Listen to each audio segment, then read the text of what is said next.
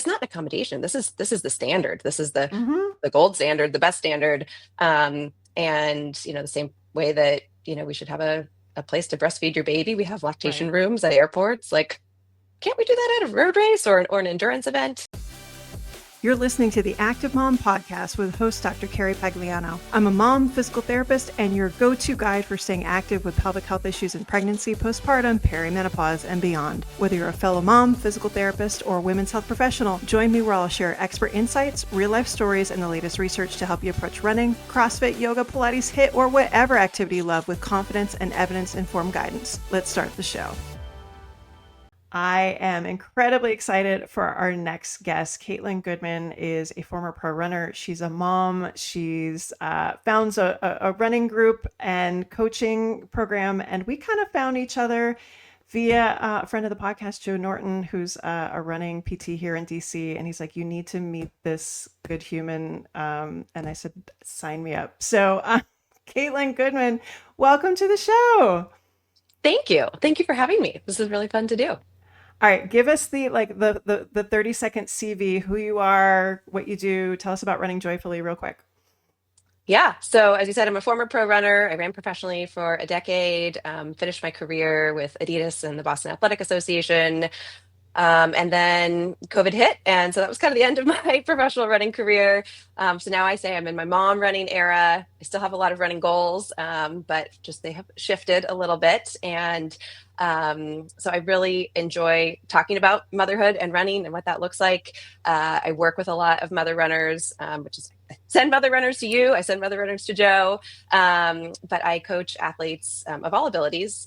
You don't have to be a mom at Running Joyfully. It's the coaching company I founded. We're celebrating our 10-year anniversary this year. Wow, And congratulations. yeah, thanks. That's Yeah. your first baby, right? That is my first baby. Absolutely. So, and my fur baby, I should mention him too. But Oh, yeah. what do you He's have? Moose is a chocolate lab. I got him actually when I tore my hamstring tendon and was having, injured runner crisis, and we adopted a dog because that's what you do when Aw, you are in injured runner sad space. So he's aw. the first baby. The OG. Got it. Love it. Yes. All right, when Yeah. you were a kid growing up, first of all, did you envision that one day you would be a pro runner? No, because I didn't know that was a career path. And Right? and honestly, even like what it looks like now versus when I entered Yeah. the, elite running space in 2010, it looks way different now. And so I definitely didn't envision it as a kid. I kind of had to hack my way there, in 2010 and the 2010 to 2016. And yeah, that just professional athlete, especially in running and as a Mhm. female, not a whole lot of role models. The Right. women's soccer team, that was, I Okay. loved watching women's soccer. The Magnificent Seven female gymnasts, Yeah. like those were the examples that I looked at, and I looked at like swimming too. But I think I was aware as a kid, like you're not making professional baseball money, you're not making professional Right. football money as a female athlete.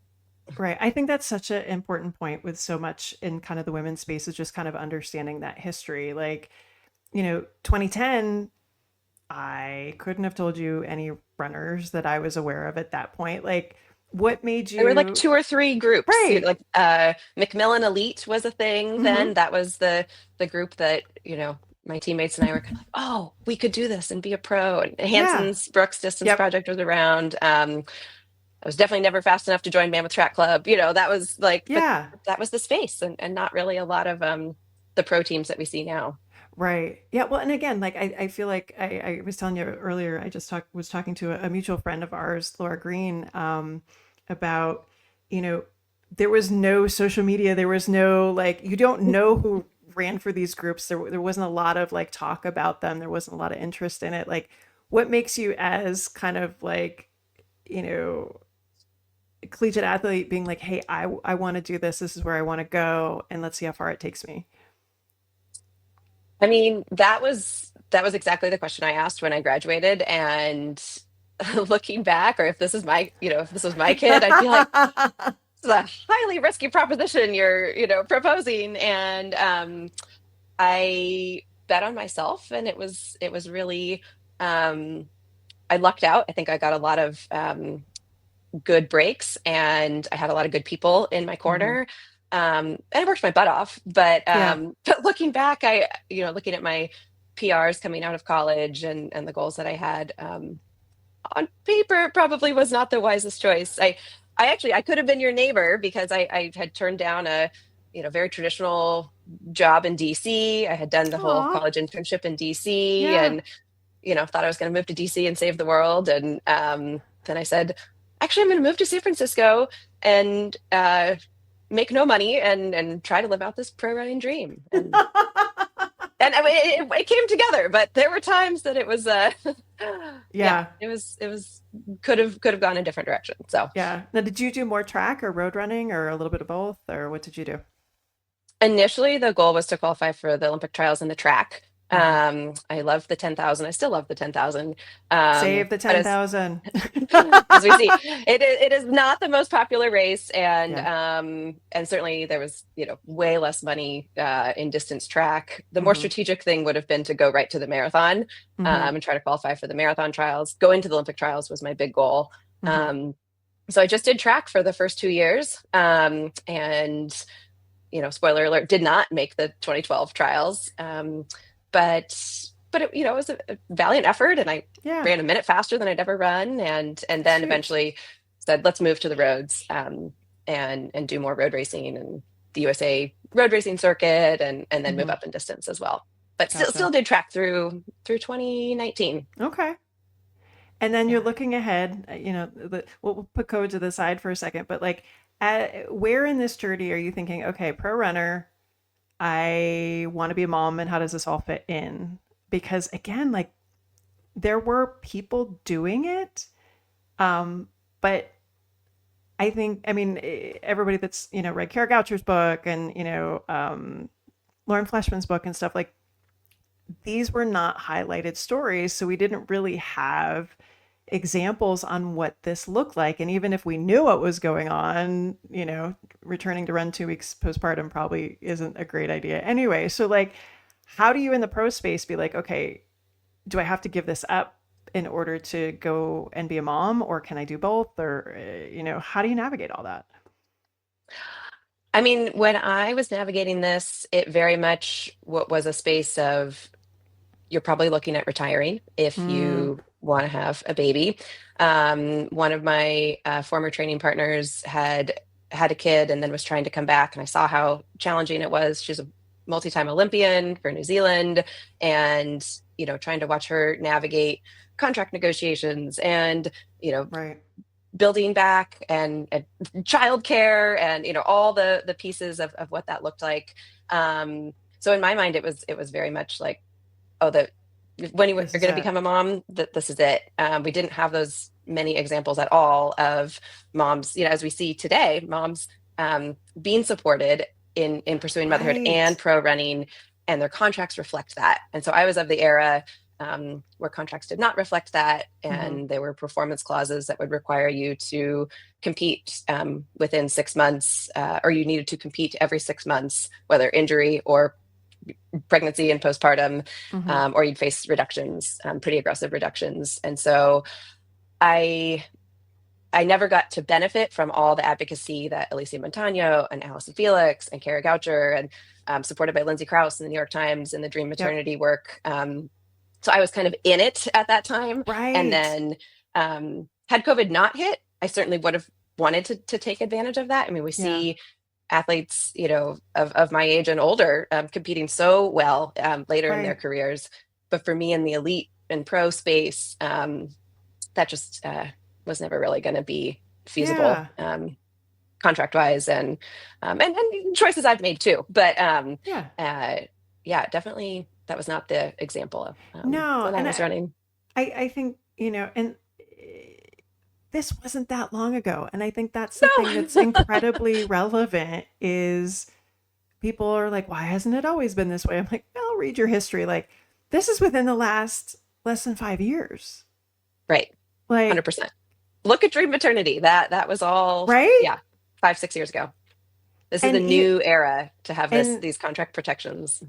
And it's and I think it's a new era of people pressuring and putting pressure on races to have resources and deferrals and things like that. And you've actually compiled some great resources for moms. Tell us a little bit about some of that stuff that you have pulled together. I would love to talk about this. This is like my family jokes that becoming a mom is like my whole identity, and I'm like, yes, I couldn't wait And for this, and this is awesome, and I think what I found when I became a mom, I was just expecting this to be the norm, right? I was like, of course you'd have a mm, place for me to pump breast milk before, and I didn't have those expectations necessarily of like your small local races, but right. a world major marathon, events where we're hosting 50,000 people. There's going to be a lot of postpartum moms in your event, Right. and kind of like, duh, wouldn't this be the case? And it was a really rude awakening to me that no, there were not pregnancy and postpartum deferral policies in place. Mm-hmm. There were not lactation. I don't even want to use the word accommodations. I think we talk about accommodations, and I want to shift this to it's not an accommodation. This is the standard. This is Mm-hmm. the gold standard, the best standard. And the same way that we should have a place to breastfeed your baby, we have lactation Right. rooms at airports. Like, can't we do that at a road race or an endurance event? Right. um, so I was really lucky that the Boston Athletic Association, who I had run for, they knew I was passionate about this, and my background is in public health, and so as they were reimagining their program, they brought me in to help advise on that, and they were so receptive to what what best practices are, what moms' needs are, Mm-hmm. and I should say lactating runners, Right. and so any runner that is lactating that needs these spaces to be able to compete, um, how do we make those available? And so got to consult with them, utilized it when I was racing in Boston in 2023 as a new mom, and then as a coach of moms, it's like it's really hard to find this information. What that's Right. buried on websites, or it doesn't exist on a race's Right. website at all. And so just kind of got to work and kind of got in the nitty gritty and emailed all these races and said, hey, I have an athlete who's running your race. Do you have lactation accommodations in place? Do you have lactation space? And some races would say, oh no, like actually we don't, but we're thinking about it. How can we help? Mm, Other races would say, yes, we do. We're still finalizing it. That was the most common right. response. And I said, well, can we just gather this in one place Right. and put that out there? So that was kind of a postpartum labor of love, because I was like, why doesn't this exist? This should Well, exist. and again, to put a little perspective on it, like I feel like especially in like spaces like trail running, because we've had Sophie Power on the podcast as well, and she's done a ton Mhm. about kind of raising awareness with her, viral photo of her breastfeeding in the middle of UTMB. Um, Totally. but like, it's not that long ago that we're just trying to get tampons in the bathrooms.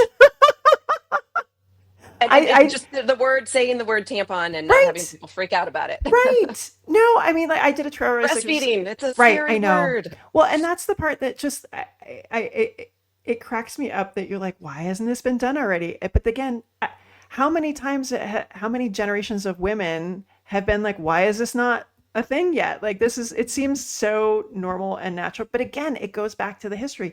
We weren't allowed to do these races. We weren't allowed to be in these things. Now it was socially accepted. Okay, now we got to give you tampons and places to breastfeed too. Like, yes, yes, you do. Well, and Unless women, you want the milk everywhere. Like, come on. right. And you want someone going viral for pumping in a porta potty, Right, and I don't right. think that's the way to, advocate for change. Like, I No, think, try to find common ground, yeah. and work together. But I do think, sometimes the economic conversation is what gets races to listen. And Yeah, moms have a lot of purchasing power. Moms are we participating in these races. do.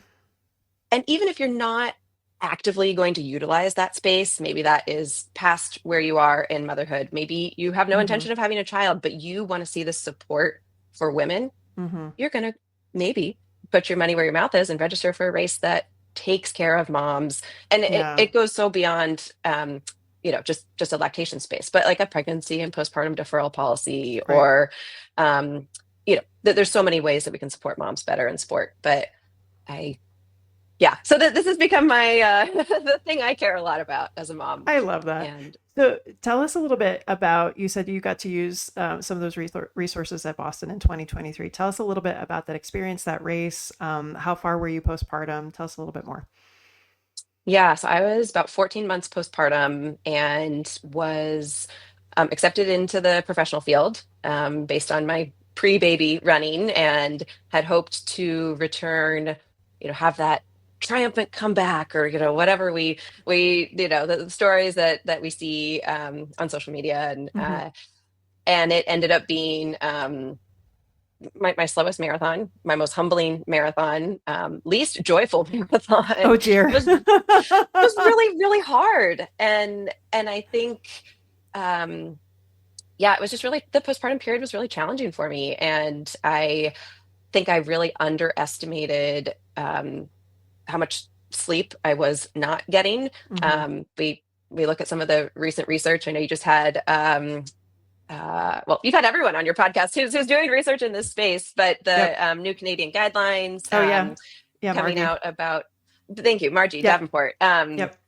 you know, looking at the importance of sleep. And if your kid is a bad sleeper, like, you've got to factor that into training. And of course, as a coach, I know that, but I wasn't applying that same lens to my own training, Yep. and really just got myself in a hole. And Hmm. I didn't have enough childcare support to support what I was trying to do as well. And I think I was just burning the candle at every end, Hmm.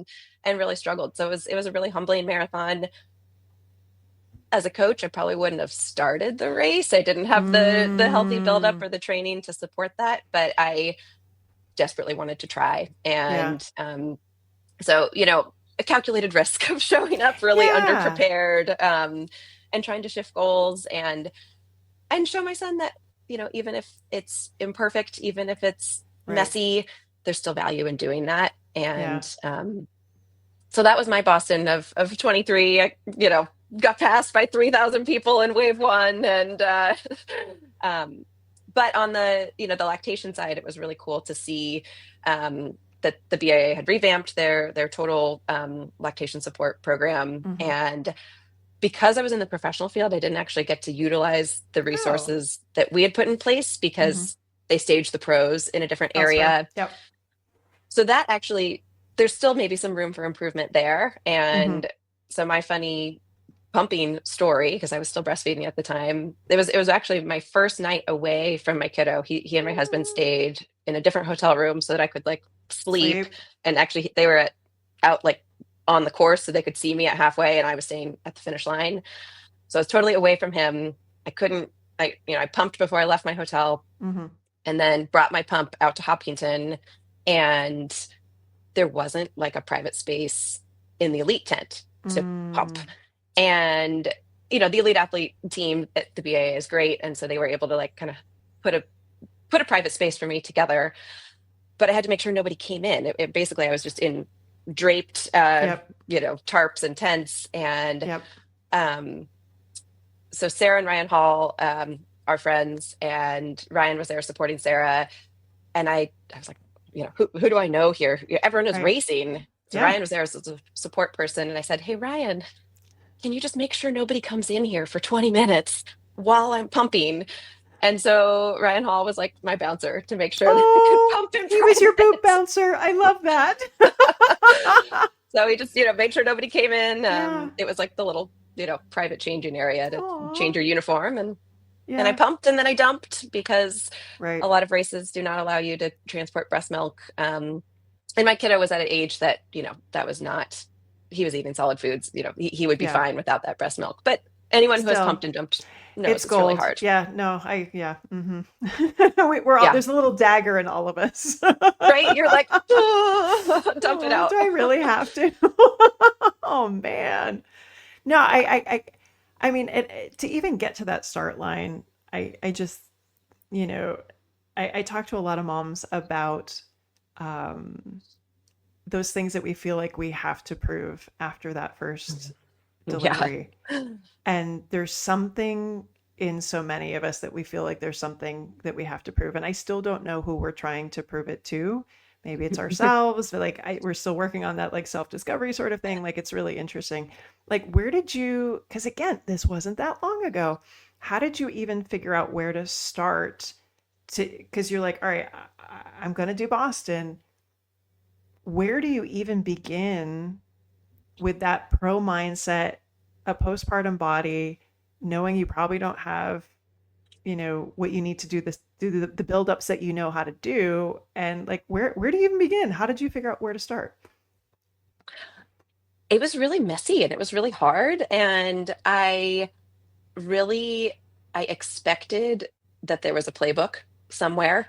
I Yeah, just needed to sorry. ask there's no playbook. No. And, I tried to put my public health hat on and, you know, dug into the literature. And this is where, Rita Deering and Margie Davenport, and Right. I became familiar with all these names, and reading what research had been done, and then seeing the gaps in research that we Right. know exists. And then also realizing I like to be very data driven, and I felt like if I did everything right, it would be smooth. I know how to Oh. follow a training plan. I know how to execute a syllabus, but gosh, there was no training plan or playbook Mm-mm. for this. And Mm-mm. so it was really hard. I I think what helped me get there to the start line, even if it was imperfect, was I had a really perfect team. And Mm. so, connected with my most amazing PT out in Seattle, Lake Washington Physical Therapy, Ben Wabker and his team. Ben had me on the treadmill and we were doing gait analysis. I brought my kid in the car seat and he's sitting there because I had no Mm-hmm. childcare and he's at the PT appointment. Mm-hmm. I went to pelvic floor PT. Um, and my longtime coach and mentor, Dina Evans, Dina was on board helping me navigate this. Mm-hmm. I remember doing a workout. It was, Seattle winter, rainy and cold. And it was the first time my kid had gotten sick. And Oh, like my anxiety was that's so so stressful, the first high. one. Yeah. And I was like, I need to do this workout, but I'm away from him. And where am I supposed to be? And the guilt. I Yeah. don't want to say mom guilt. It should be parent guilt. It's not Right. mom guilt, Yeah. but to be able to talk to her about, how to Mm-hmm. navigate that. And so I think having a really awesome team, Yeah.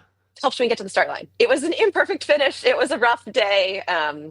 But I think over time I've like appreciated, um, that I got there. And I think I Yeah. was really disappointed in the moment and I was embarrassed. I was like, this is my slowest marathon.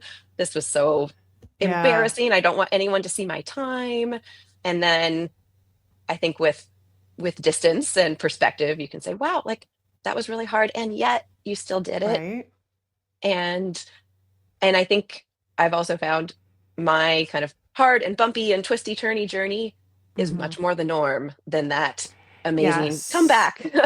Exactly. And I think that's when you're acutely in that space where you have a little one, like I think it's really hard to see kind of the dichotomy between, those occasional stories that we celebrate of somebody doing like something superhuman and then the average person that there's a lot of bumps in the road, and a lot of things to navigate, and maybe they don't get to do that thing right then, or maybe it's not on a timeline that works for them. And Yeah. I think it's also hard, understanding that there's that, that expanse that it could be, and being clear with somebody that like, yeah, you that's the 5%. And yes, we want to celebrate it, but we also don't want that to become an automatic expectation, nor should you be upset or feel bad about yourself or feel like you did something wrong if that's not your experience.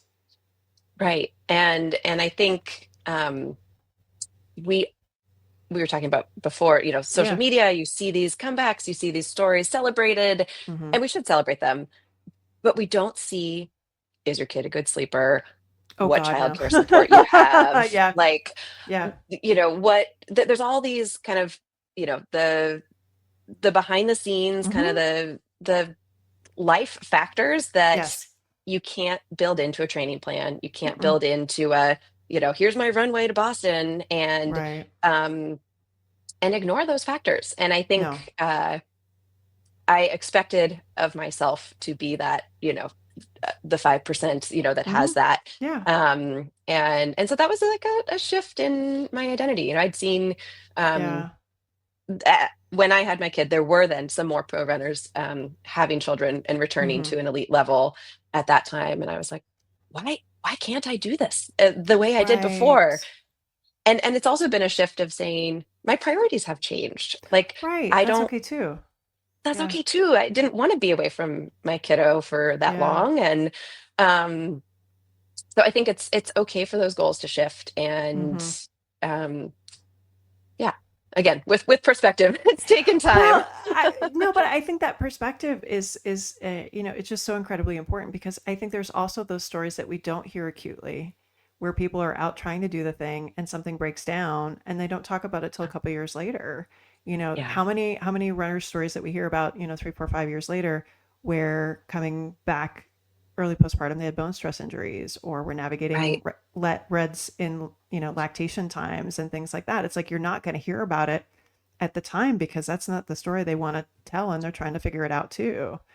So I Totally. think, And add in if you have, you know, contract pressures. At least I had no contract right, pressures. I was just running for me at that point. So that was right. at least freeing. But you're not gonna, tell that story publicly when you No, you have performance bonuses and contract negotiations on the line. And right. And you yeah, don't want your competitors to know you're down, right? yeah. Not for nothing Oh, if that's your day job. Like, I would there's a assume. reason my Strava is mostly private. Yeah, you don't want to you know, yeah, tell the story before the start line. Yeah, Yeah, yeah, no. So you got a chance just recently to come back and do Boston again. yeah. How was the lead up to Boston this time? Equally bumpy. I need to have a smooth Boston buildup one of these times. But it Boston is a special race that I want to make sure I can get to the start line when I can. I lived in New England for 7 years. I lived right off the course for a long Uh, time, and I trained there for so many years. So for me, it's like runner's Christmas, and I mm, I love going back. I get to see family, old training partners, friends, people I coach. So I knew I was going to be in Boston no matter what. And it was a bumpy buildup, but I was really glad um, to get to the start line and to get to the finish line. And it was a course PR because my first one had been so abysmal. So, we'll take the course PR. I like that. And you got to do some fun stuff with BAA beforehand, right? Tell us about that.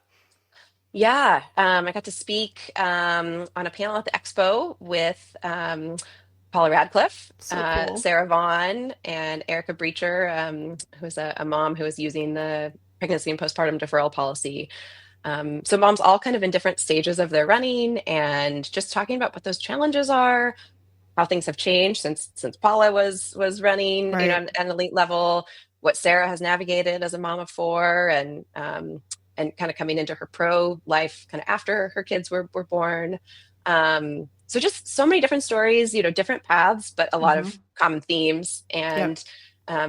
And just, yeah, like you said, kind of thinking about how these things have changed with supporting moms in road races and broadly in Yeah. life and society.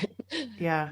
No, I think one of the biggest changes that I've sort of been aware of in the last probably 10 years or so is just the normalcy of seeing moms involved and Hmm. seeing moms with, babies meeting them or little kids at the finish line and things like that. And I'm hoping that maybe it's just my algorithm, but I'm seeing less and less people hating on, well, you shouldn't be doing that. You should be spending time with your kid or blah, blah, blah. Like, I feel like at least I'm in the right algorithm that's very supportive of Yes. normalizing these sorts of things.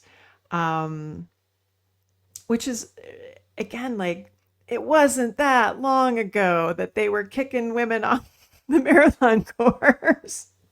Well, and thinking about, I think what I saw more of was, people saying, you returned to run too soon, or you're running through Mm, pregnancy and that's dangerous for your baby and you're harming your baby, like those kind of yep. messages. And it seems like I mean, we know the science that no, that is not a unsafe or Right. bad thing, unless Yep. there's few contraindications. But Yep. broadly, this is good for baby. This is good for mom. Yeah. There are ways to do this in postpartum, Hmm. safely, and a lot of benefits to mom and baby. And so Right.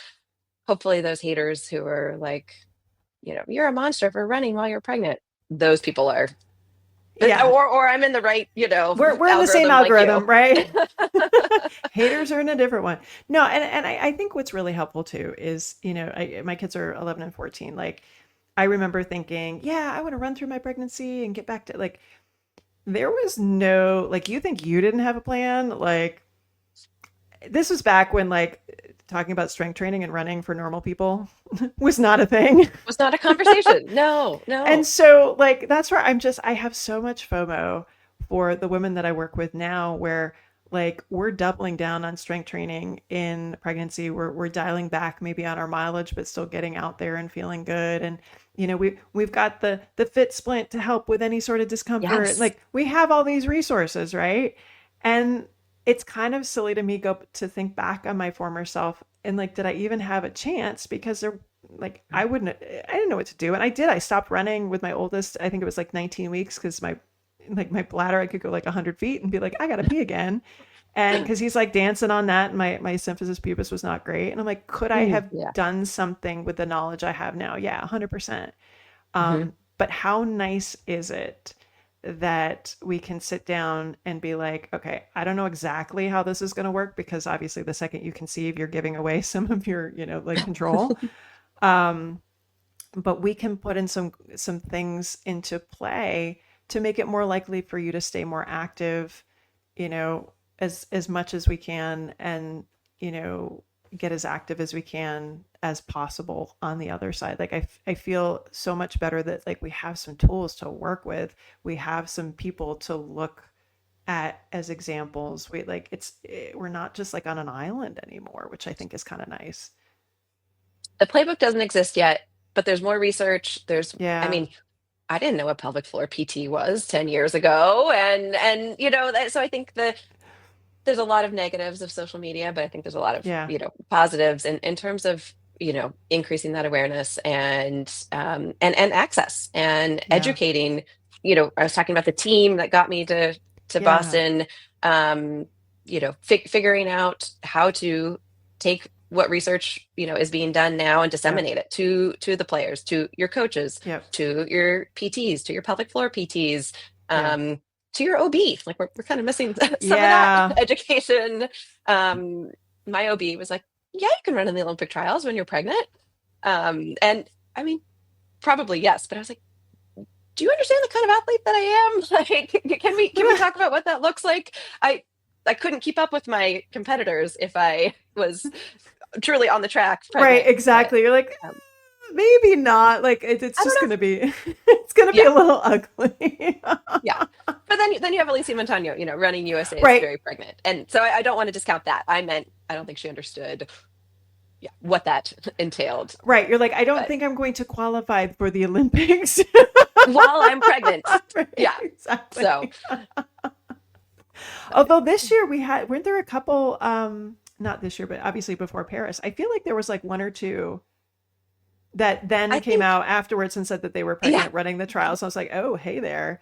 And then, shorter distance, shorter yeah, right. distance race. And then there was one, oh gosh, I'm forgetting the names. I apologize to you. There was somebody who was like somewhat obscenely pregnant, and then she dropped out like halfway through. Oh, in the trials. No, many, Yeah. many women. I Yeah. coached one of the women who competed in 2020, Yeah. very pregnant. And Yep. yeah, When totally even amazing.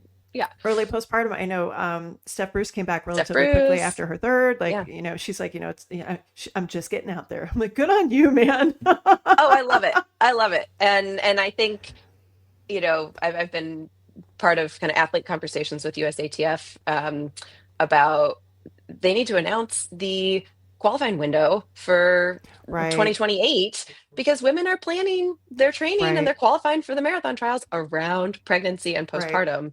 So please just announce the darn window so people can make some plans. Right. And I think um, that's a really, I mean, again, they heard not us, I being, will say. oh, USATF that's heard. good. There were a Okay. lot of moms and coaches of moms on that call, and Yeah. our voices were heard. No, I think, again, I love that these conversations are even happening because not that long ago, I don't think that was even a consideration. It's like, oh, I'm out. Like, we're No. not even going to talk about it, but yeah, it's for somebody that this is your job and this is your dream. Yeah, like I'm sure you did a little planning. Right, right. And then as we know, you can have the best laid plans Of and course. Yeah. babies have other plans. So, They do. They have their other plans. All right, you've talked a lot about support.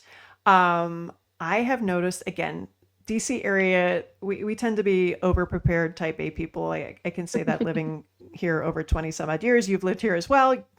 I'm speaking truth. Um, I've seen a lot more women in general deciding to work with running coaches.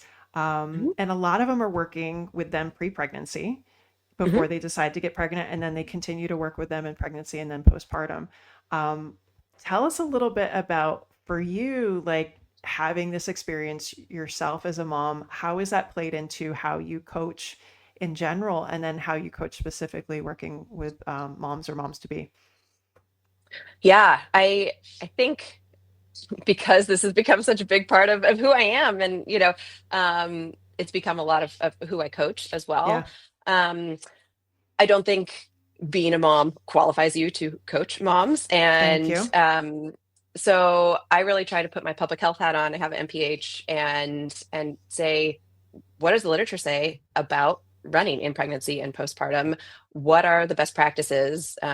Keep up with the literature. And really, I think we're seeing this in these most recent Canadian guidelines and the Right. Delphi study is it needs to be individualized. And Yeah. there's no cookie cutter plan. You Nope. can't download a return to run plan. I mean, you can. And so I in the spirit of accessibility, like I'm glad those exist, but Yes. you have to be willing to make those adjustments for yourself to Hmm. account for how much running you were doing in pregnancy, Hmm. what your postpartum recovery looks like, Yep. if you're experiencing any symptoms. So I could go on, but all that to say, I try to coach it from an evidence-based perspective and then really factor in those personal life factors that are Yeah. impacting your return to run. So it's been really fun for me to, I think a lot of my initial athletes that I worked with came to me with really competitive goals, whether that was an Olympic trials qualifier, a Boston qualifier,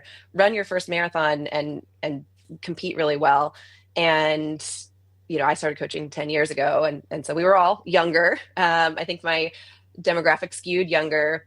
And then I've seen these athletes through these seasons of life, Hmm. folks getting married. Okay, we're training around your bachelorette party, and Right. like, okay, we're Exactly. gonna like, yeah, we're gonna have a day off after your bachelorette party. Yes, definitely. So, through those seasons of life, and then, now seeing people through that trying to conceive phase and what that looks like, whether you get pregnant right away, whether it's a really long journey, having coached athletes through pregnancy loss, what that Yeah. looks like, Yep. about way more than just the training, right? Yes. That's just, part of it, not the Right. whole part. Right. And then super fun when your athlete is like trying to conceive and maybe they're not quite ready to tell you, but you can kind of tell in their training, you're like, I think she might be Hmm. pregnant. And Hmm. then like my greatest honor is when they tell their spouse, they tell their OB, and then they tell Then me. they tell And you. Yep. Me it's like too. really special. Me Yeah, too. and Yep. you're in that circle of trust and that really delicate, sensitive time before you get Yeah. to that first ultrasound, before you get to the 12-week scans Yeah. um and kind of being on that journey with them. And so really fun to support folks through pregnancy. Whenever we stop running, we can, I'll support some people all the way to 40 weeks even if we've stopped Yeah. running, but just like what that period looks like, Yep. birth prep and strength Yeah. and connecting with your local pelvic floor. If you don't have someone, I send them Yeah. to you, and connect Yeah. and just build that team to Yeah. support you. And then the postpartum, the first postpartum marathon, I think it's kind of like your first marathon, which is so special. Crossing that first marathon finish line is Yeah. like core memory. And Hmm. crossing that first postpartum finish Mm. line, also core memory. And so Yeah. to like be a little part of that is really fun and Yeah. special for me. Yeah. I think that first postpartum race, whatever distance, it just hits different. So different. Because you know what it took to get there, no matter how the race looked or whatever. And then you got that little face waiting for you at the end. Being like, "Where's the Milkies?" That was my kid. Yeah, you're like, all But right, we'll get there, I promise. yeah, yeah. Get out of the sweaty sports Yeah, bra. Yeah. yeah. But I think it's But also like, I don't know if it's like proof of life or proof like, okay, and maybe again that's that first time mom feeling a need to be like, no, I still have this. This is still a part of me. I can still kind of wear all these hats, and you're still trying to figure that part and piece out. But again, I think same thing here. Like when I work with moms, I don't, I had about 12 years as a pelvic floor PT before I became a mom, and not that I sucked. I don't think I did, and not that anybody died because they did not. But like asking people to do unrealistic things like you should hold your baby on the other side. And I'm like, yeah, right.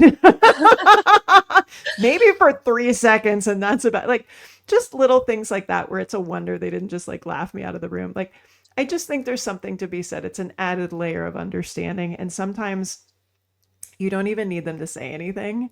Like just you talking about like sleep, I already know that we have a similar experience. So I'm like, there's just a knowing that occurs. the lived experience, like I think there's really there's something Yeah. to that, Yeah. and I think um we were saying earlier, just having like someone to talk to about Yeah. that. And Yeah. I went through pregnancy after many of my friends. Their kids were Hmm. all much older. I mean, I got great Yeah. hand-me-downs because they were all done having kids. Yeah. And so, yeah, we got a lot of good hand-me-downs. But I didn't have a lot of friends who were like immediately in that Mm. season of life. Yep. And so whether that's, if you can find that community, that's Right. amazing. Yeah. Um, in person, or can you find that virtually? So I think Running Yeah. Joyfully has kind of become that virtually for some folks. And then, Yeah. I see that as my role, even though I'm not in that immediate postpartum phase. Like I I remember it deeply, and that lived experience I think helps a lot. But Yeah. just Yeah. being a mom doesn't make you qualified to coach. No, but I will, but it's also like too, like, if I had a choice between, a male coach and a female coach, I'm always going to choose a female coach, and if I, Totally. well, and again, not to foreshadow what's coming, but like, your perimenopause era, eventually, like that's a dumpster fire right now. So whenever you're ready to like head into that, and I'm sure you have clients that are kind of in I that send space. people your way Yes. all the time for pelvic floor, but also now for perimenopause. And I Yes. say Carrie's got all these It's, resources, it's and for me, it's been education and learning, and you have great people on the podcast talking about this. what So I will say, as a person who has a vested interest in all of this, is that we are not interested in the lengthy dumpster fire that postpartum was. We are, and at my age, I have no F's left to give. So, yeah, so the nice thing is, I think there's a lot more calling out of like myths and being like, hey, because mhm. literally telling people out that they've got to like do 17,000 different things, 18,000 different ways. And if you don't do that, then you're not going to lose your muffin top that just randomly showed up overnight, which is true. Yeah. So all like, I, again, having somebody that just can at least have that conversation and acknowledge that this is very much a lived experience. Yeah, yes, yes, yes, yes. I know Yeah. it's coming for me So too. The aging comes for us all. take your time, my friend. Take your time. We'll have it all sorted out by the time you get here. Excellent, excellent. I know my mom jokes. She's like, "Oh, my sisters didn't tell me about this, so I'm telling you about this now." And Oh, so I was like, "Okay, well, that's good. really At least sweet. I know what's coming." Yeah. Yeah, no, that's really sweet. Yeah, no, and again, I feel like again when and you've really kind of set a great example of this is like when you kind of navigate this stuff and then you realize that like these things aren't in place for the people behind me. Like that's great that I Mhm. understand this and it's great that I have access, but like how can we do better for this next group of people coming up behind us? How do we can make it easier? Yeah. Because it to me it's like this endless conveyor belt. Like I'm sure you see this where like you have a new mom and she's like, should I like do I eat the deli meat? Like Yeah. do I do this? Do I do that? Is it okay that I sleep on my back? Like these like old wives' tales that just like I'm like, how does this stuff keep coming up? Because what happens is people kind of get off this conveyor belt and get on the next one, and then it's the next like group of myths, and then they get off that and go to the next one. I'm like, don't eat anything that you would not eat anyway. Like old hot dog at 7-Eleven that's been sitting there, like, don't eat that. I wouldn't eat that Yeah. anyway. Right. You would need it anyway. Don't. It's not good. It's not good. Don't do that. And my favorite spot, waking up, both of my kids, like very, very pregnant, 41 weeks, was flat on my back because they were off my diaphragm and I could breathe. And we just had Amy Mullick on the podcast. She's with one of the Canadian research groups. Canada's killing it with pregnancy and postpartum research, by the way. So Amy Mullick Well, looked someone's got at, to do it. We're right? not doing it well here anymore. That's a different podcast. That's a different podcast. No, Amy Mullick did a recent study looking at fetal response to resistance exercise. It was like, no, we're good. And one of the positions that they looked at was bench press. And it's like, hey, guess what? Bench press is on your back. It's on your back. Yeah. Yeah. Yeah. Yay. So again, like it's so nice to start to be able to have some tools to be like, hey, we kind of know this clinically. We've known this for a long time. Can I have something in print that now I can start to pass up to physicians that don't just have to take my word for it? And can we just stop some of these conveyor belts? Because again, Yeah. it's like, oh my God, we're playing that song again. How many times are we going to play it? Yeah. Like, Well, as you said, there's the playbook isn't here, and I I had a few books sent to me. Kate Edwards, yeah, Go Ahead and Pee, I think yep, it is, and Emma yep, Brockwell's book. Thank you to my PT friend Casey who sent me these, and you know, so we have more literature, we have yep, more knowledge. yep, How do we disseminate that to the providers? And then, yep, I feel a vested interest in how do you disseminate that to the run coaches? And how do yeah, you then, you know, not everyone can work with a one-on-one running coach. right, And exactly. like, so when I put my public health hat on, we care about population health. Yes. How do we get that at a population level Yep. that is accessible? If our recommendation is your return to physical activity should Yeah. be individualized, like how do we Yeah. do that at a big scale? Like Yep. those are the questions that keep me up at night. But That's, I mean, I think that's the one that's what keeps me putting out content, putting out Mhm. podcasts, that sort of thing, is because it's free, it's accessible, it's good quality vetted information. Um, Evidence, because it's yeah, evidence. exactly, exactly. And I mean, it's kind of twofold. One, I grew up in a rural area. The closest major health system was 70 miles away. Um, and you're at the mercy of what was available. Yes, now we have Mhm. internet, or at least most places somewhat do. So that's a whole nother conversation. But like, if you do not have, let's say you do have internet, and I see this all over the globe, that there's such variability in practice patterns in what to do with exercise and postpartum Yeah, and running. And like, there's women in countries that, like, they're okay running, but there's no resources for them. Their providers know nothing about women and running. It's like us, 20, 30 years ago. And so they see, they listen to podcasts like this, they see content that we put out, and they're like, we don't have anybody here. And I'm like, okay, what can we put out in its very basic form, that's neither, medical advice or whatever, but like, how can we put totally. stuff out to at least help people start to make informed decisions for themselves when they don't have alternatives. And, also make options like virtual and telehealth and things like that. Mhm. So again, like social determinants of health, what's the primary run? Your zip code, right? Totally. So again, like, how do we, that's, I think for me, other than I get to hang out with really cool people on the podcast, it's And I get to fun. listen to them when I go running. Right, Yeah, exactly. yeah. It's like into entertainment purposes only. But like, no, I mean, like, and I think the longer I'm at this, is like, what's the legacy that you want to leave behind? And it's very much, you're putting together these resources so that women don't have to recreate the wheel like you did. How can we put information together in an accessible way, in a digestible way, so it's easy to find?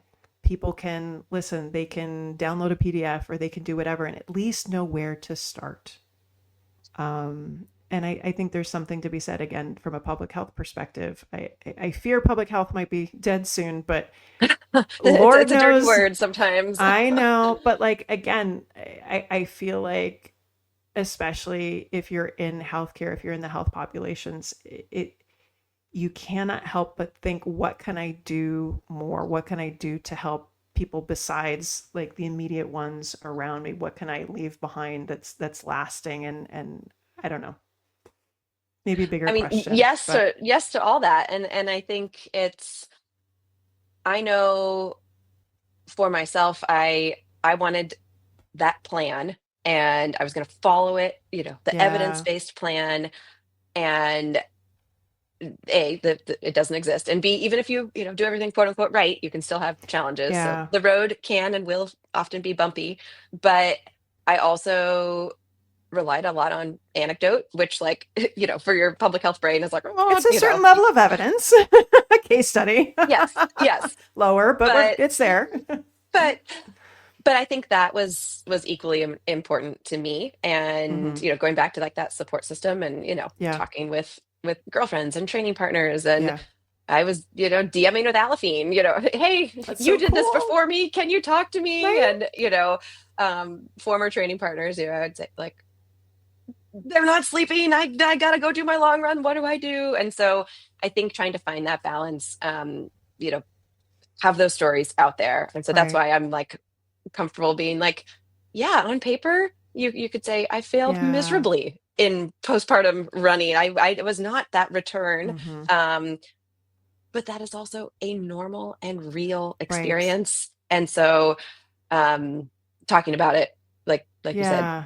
putting the podcast out there, having the Yeah. conversations, and being okay with that, I think Yeah. contributes to public health in some way. Yeah. No, and again, I do appreciate a lot of the athletes that are being a little bit more vulnerable about sharing their circumstances, and I'm sure Molly that's Huddle hard. talking about her bone stress. Right. That was so valuable, I felt, for people to say, this happened to Molly, Right. and she is sharing this, and Yeah. in the spirit of, so this doesn't happen to other moms Yeah. in that later postpartum period. Exactly. And I feel like that's such a shift in how things used to be is you kept your cards close to your chest and you didn't talk about it if something bad happened to you. And the fact of the matter is, you know, if we share some of these things, can we help someone, potentially identify an issue themselves or ask for help or, know that they're not alone or and it Totally. and it requires, a decent level of courage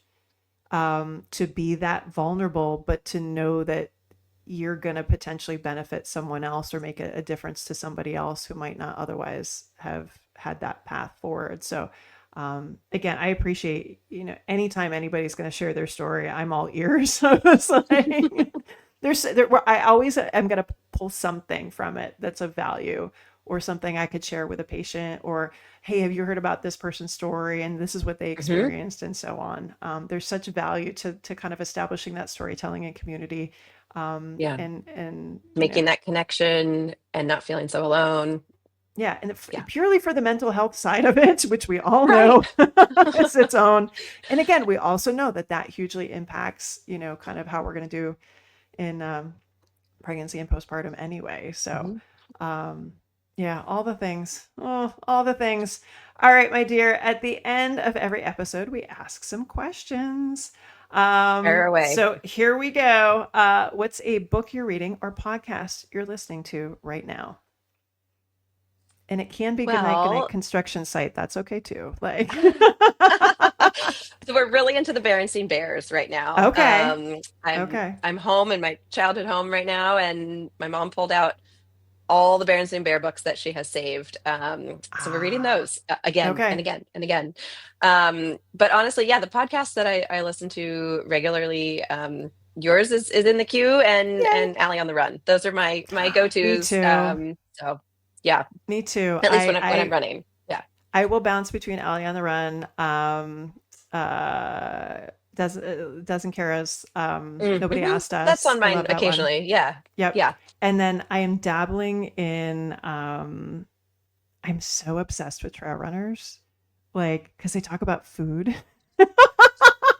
It's an eating contest. How many carbs?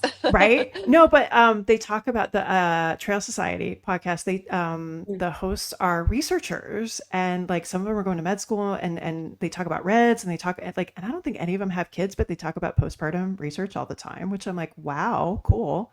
Amazing. Yeah, no, so that one, and then Trail Network Society has Rachel Drake, Leah Oh, Yingling, and a sure. couple others, and their moms, and we've had Rachel on the show. So I will Yeah. rotate depending on if I'm in my trail brain era or not. Not that I'm a trail runner, because I'm not. I'm just living vicariously. So any books are you into, like any So, beach reads coming into summer? um, I do love, yeah, a good beach read. Any Ellen Hildebrand, Mm, I will read those. there's so many of those. Oh my gosh. Exactly, which is why I love it. They're all the same, And basically. yeah, I mean, it's been out for a while, but I just got Mark Coogan's book on training, and Hmm. I think I really love his training philosophy, and Mm. so just I'm perusing Mark's book, and really enjoy that too. I love rotating between training, good fiction, and the Berenstein Bears. There's a lot of those these days. Yes. No, I was wondering. I was like, how do you have Berenstein Bears? I don't remember that with my kids. But yeah, if you're home, yeah, if you're at grandma and grandpa's house, There's a lot of them. Yeah. nice. All right, what's your favorite activity since becoming a mom? And it doesn't necessarily have to do with your kid. Um, I'll give you two because they do involve my kid. I mean, I talk about this a lot, but I really love stroller running. That's been like an instrumental part of my running Yeah, postpartum, and just, time and fitting in runs. But that's been a really special thing for my kiddo and I to do yeah, together. We actually just got the bike trailer hooked up to my bike, which now enables us to go nice. farther. Okay. Um, so just being able to like involve him in those activities is amazing, and sharing that. And I got to bring him to Boston. He thinks sporting events are major Normal. marathons, and well, we've gone to baseball games, but like he's like, oh no, marathons, I want to go to the Boston Marathon, I want to run the Boston Marathon. Oh. um so that's one of my favorites, just involving him in physical activity Mm-hmm. and sport. And then I really enjoy time in my garden. And Mm, I find plucking weeds like just therapeutic and calming at the end of the day. And so my kiddo will then gather all the weeds in mm-hmm. his diggers and dump trucks. Yes. And we're in our digger and dump truck era. Yes. And so that's just like a super fun thing that we do together at the end of the day. We go outside. It's sunny and beautiful in Seattle this time of year. And Mm-hmm. I'm in the garden watering and weeding, and he's out there, Mm-hmm. you know, picking up the weeds with me. So I don't know, that's Love my that. calming end of day thing. I love that. As my daughter would say, picking weeds is very satisfying. Totally. I love it. There's something Mm-hmm. about it. I'm like, oh, all is in Mm-hmm. order now. No, occasionally she'll do something. She's like, that was very satisfying. I'm like, yeah, you're right. That is I'm a good like, way you're to describe it. totally right. Um, has your son watched Stinky and Dirty on Amazon? No. Okay. Mm-mm. If you are ready to go down that road, Stinky and Dirty is the most adorable little Amazon cartoon about a digger and a trash truck. We do love garbage trucks, and we, Mm. we we really like tractors. We like Tractor Ted. Okay, That's our like tractors. Okay, YouTube cool. find Tractor That Ted. works It's a too. British YouTube show that he likes. I do miss. Yeah. It's funny. I still, because obviously my son went through all of that. Like occasionally I still see like a backhoe going. I'm like, digger. Well, I It's have to stuck in say, there for life. so well, I ran Chicago last year and I ran Boston Hmm. this year, and I didn't really notice these things before, but they bring Mm, out all the big construction equipment, mostly from like yes. a safety perspective, Hmm. to safely barricade the course and whatnot. But as I'm running Chicago, I'm like, there's a digger, and I actually know. now I know the specific. That's a backhoe. That's a front loader. Yes. So those are like Yes. my core memories from these Hmm. races. Now is like, oh, he would love it. There's a dump truck. That's when you're in it, when you realize you're by yourself and you're calling out the digger and the trash truck and you're like, oh. Yeah, this is what I'm taking away from the marathon right Exactly. now. Exactly. All right. What is one piece of advice for moms? Um, the only constant is change. If you're in a hard Mm, season, it's gonna change. If you think you're totally crushing it and you are like mom of the year, your kid's gonna flip that on you and it's gonna change. But yep. that change is constant. And when you're in those low moments, it so much of this is like running, right? You're gonna have Yeah. those crappy miles in the marathon and it's gonna be really hard. Yeah. Just get through that mile. be open to the possibility that the next mile is better. I found that to be Yeah. so true in running and in motherhood. No, and that still holds true for me. Like my daughter's old enough that we have conversations where, they love to hear about when they were little kids. And she's like, "Well, when was your favorite age of mine?" And I was like, I don't know that I can answer that because I think every stage has like some really great things and some things that I would rather not do again. And she's like, Yeah. "Well, how about now?" And I'm like, "I'll get back to you." Yeah. Today, right now, in this moment, we're fine. Yeah. Enjoy it. Exactly. All right. Who is someone in your space that we should know about? Maybe that's run coaching. Maybe that's an athlete we should be paying attention to. Maybe it's a colleague, former colleague or friend or something like that that's doing some really cool things. Who should we be paying attention to right now? Oh gosh. I mean, so many people, I feel like. Oh, well, a former training partner who it's been really fun to see her put things together. Erica Kemp had an Mm-hmm. amazing Houston marathon. I trained with her in Boston. It's been really fun to just see her find her stride. She's training in Providence, where I used to live. Mm-hmm. Uh, and so if you're not already cheering for Erica, start cheering for Erica. Cool. Um, I'll also say Katrina Spratford, Katie Spratford. So she's like Ah, my best yeah. running friend. Aw. She is a run coach as well. She just had her first baby, and I'm just really excited to see what her postpartum looks like. Mm-hmm. And I told her we're going to plan a girls' postpartum marathon to go do together. But Nice. um, yeah, be cheering for her whether she's going to return at an elite level Yeah. or not. So yeah, check those two out on Instagram. Awesome. And I would say, I mean, she's been on the podcast, but Margie Davenport, I mean, she just Yeah. I'm following all the Canadian researchers, and Yep. we have good research in the US, but I think they just put out, she's now doing a new study on if you've undergone IVF or egg freezing in the Yes. last Yep. 5 years, Yep. participate in their research. So I feel like as a run coach, I'm so grateful to have like been introduced to Margie. And Yes. so if you are a running coach, if you work with runners, if you work with female runners, be following that research. Yep. Encourage your athletes to participate. Yeah. Yeah, And a lot of these research groups, they're doing great work, but it's new thing for them to get subjects outside of their immediate area. And so a lot of them yeah, now are starting to at least try and plan for, if they are in Canada, to be able to get research subjects that you can work with virtually in the United States and things like totally. that, whether it's just, like a questionnaire or something like that. So yeah, anytime we can put that information out or push it forward. Yeah. And same thing for run coaches. If you guys know of somebody that you can kind of help feed these studies, the more information that we can get. And they're so good about disseminating it afterwards and coming on podcasts Yeah, like this and chatting about it and just making it super easy and approachable and digestible. And yeah, we appreciate so much of the accessible. work oh yeah, so much of the work that they do. So yeah. All right. And then last one, what does it mean to you to be an active mom?